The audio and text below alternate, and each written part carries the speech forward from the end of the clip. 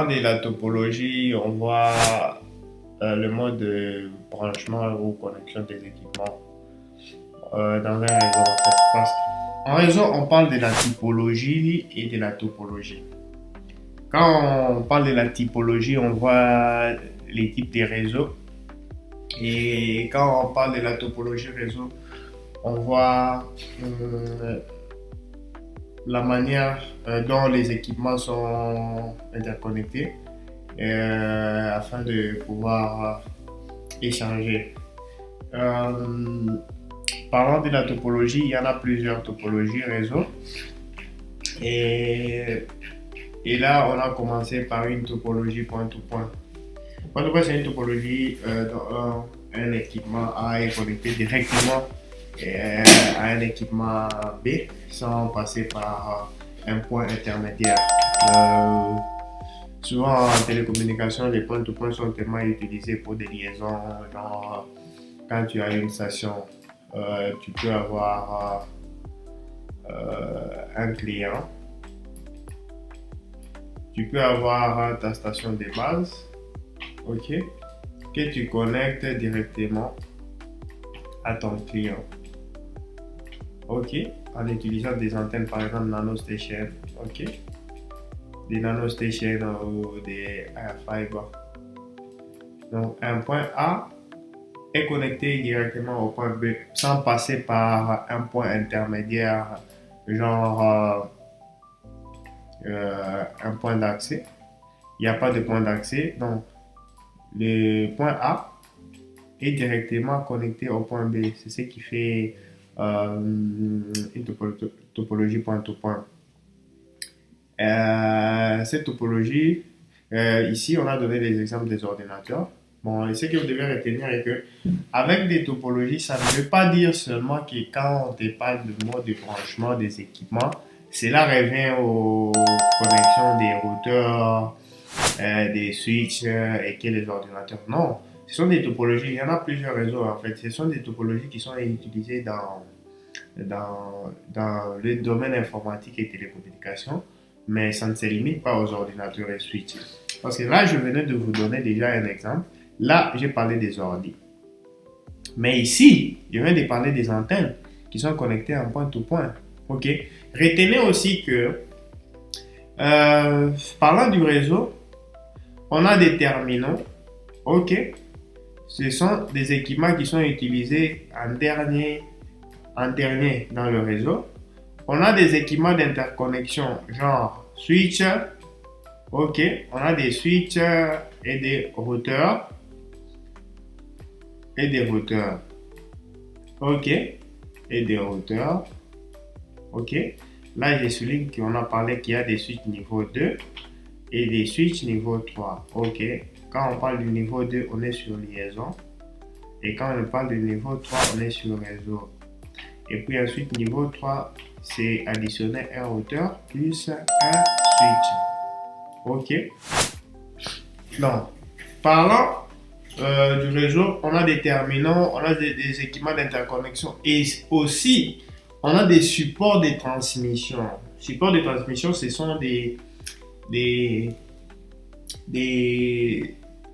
peux dire des moyens utilisés pour interconnecter des équipements. C'est quoi ces moyens-là? On peut avoir, par exemple, il y a des supports physiques, ok, il y a des supports physiques et non physiques. Non physiques. Par exemple, parlant des supports physiques, on peut avoir des câbles coaxiaux. On peut avoir des câbles UTP. Ou, bon, parlons des câbles à paire bifilaire torsadés, là où il y en a plusieurs UTP, SFTP, outdoor et tout. On peut avoir, là j'ai parlé des câbles coaxiaux, j'ai parlé des câbles à paire bifilaire torsadés. Ok. On peut avoir la fibre optique. Ok. Ce sont des supports de transmission utilisés pour transmettre des informations. Et parlant des supports non physiques ici, on peut avoir des ondes radio. Ok. Qui sont utilisées plus en télécommunication pour transporter les informations d'un point à un autre. Ça fait partie aussi des supports de transmission. Ok. Donc, dans la topologie ici, il y a un point-to-point. Le point A est connecté directement au point B sans qu'il y ait un point intermédiaire. Là, j'ai donné quelques avantages et inconvénients ici à la topologie rapide car il existe une connexion directe. Ok. Elle ne peut pas être utilisée que dans une petite zone où les ordinateurs se trouvent à proximité à courte distance. Bon, ça c'est purement informatique. Ok. Quand vous parlez de télécommunications, ça contredit tout ça. Parce qu'en télécommunication, tu peux utiliser une antenne qui te fait une couverture de 40 km. Tu fais un point-to-point de 40 km, voire même 80 km à point-to-point. Non, en utilisant la même topologie ici, mais tu vas à 80 km. Retenez bien que ce qui est écrit ici, ça cadre purement avec l'informatique. Ok, là on voit une topologie en étoile. Ok, la topologie en étoile, c'est voir les équipements interconnectés à un point. Ça veut dire ça peut être un point d'accès, ça peut être un switch où tous les équipements sont dépendants. Tous les nœuds, hein, ça ce sont des nœuds ou autres. Ça ce sont des nœuds ou autres sont dépendants du point central ici. Bon, là, c'est ça, c'est ce qu'on appelle la topologie étoile. Ça représente quelques avantages, genre facilité d'administration, facile à localiser s'il y a des problèmes, bien adapté à l'extension de la mise en réseau au débit, tu vois. Ça, c'est étoile. Mais le défaut avec cette topologie ici, facilement, si vous avez un problème dans votre réseau ici, ok, si l'équipement ici est down, du coup, le reste du réseau est down. Donc, personne ne peut communiquer si l'équipement la principale est tombé down. Ok, s'il est éteint, peut-être s'il a une panne d'équipement là. Du coup, le réseau est down. C'est ça son défaut en fait. Et là, bon, j'ai essayé de vous montrer que ça nécessite plus de câbles réseau. Là, on voit la topologie en amont. Ok. La topologie en anneau ici, c'est une suite, genre une série d'interconnexions d'équipements. Donc, chaque équipement est interconnecté directement à un autre. Et puis à la suite, quelqu'un d'autre, un autre point, on suppose ça c'est un point 1, 2, 3, 4, 5. Ok. Là, nous voyons que le point A est connecté. À son tour, le point 2 est connecté directement à 3. 3 aussi est connecté, c'est une suite en fait, à 4.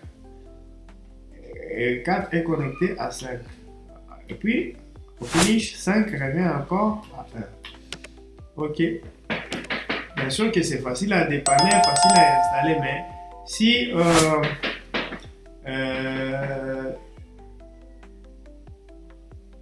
ces réseaux, ok, par exemple, quand on essayait de déployer ce réseau, un ne peut tomber en panne, par exemple. Celui-ci, le niveau 2 ici peut tomber en panne. Ça veut dire que le lien entre 1 et 3 est coupé parce qu'il passait par 2. Mais cela ne veut pas dire que 1 ne peut pas communiquer avec 3. 1 peut communiquer avec 3 en utilisant peut-être le sens inverse. S'il allait dans ce sens ici, parce qu'il y a connexion entre 1 et 5, il peut revenir ici. Il peut revenir ici et communiquer en fait.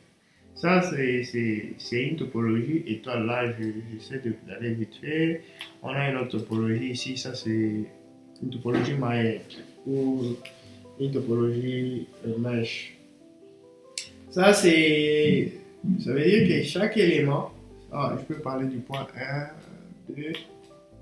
2, 3, 4, la souris pose problème, 5. Ok.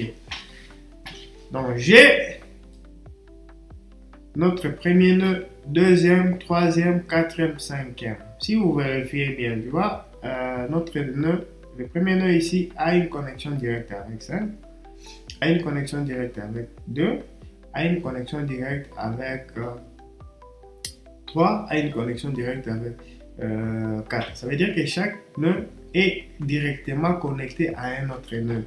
Ça veut dire qu'il y a plus de disponibilité de routes, de chemins, où envoyer les informations. Ok.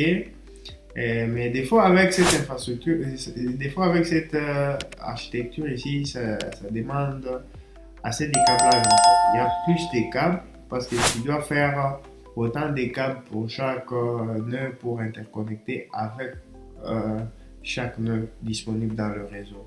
Là, son avantage est que, quel que soit qu'il y ait des défauts de communication, ok, quelquefois qu'il y ait des défauts des défauts de câblage, genre il y a un câble qui tombe en panne ou quoi, tu auras toujours la possibilité de communiquer passant par d'autres chemins disponibles.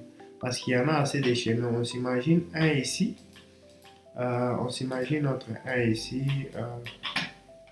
Si ce canal ici tombait en panne, il peut passer par là et toujours aller là-bas. La première disponibilité.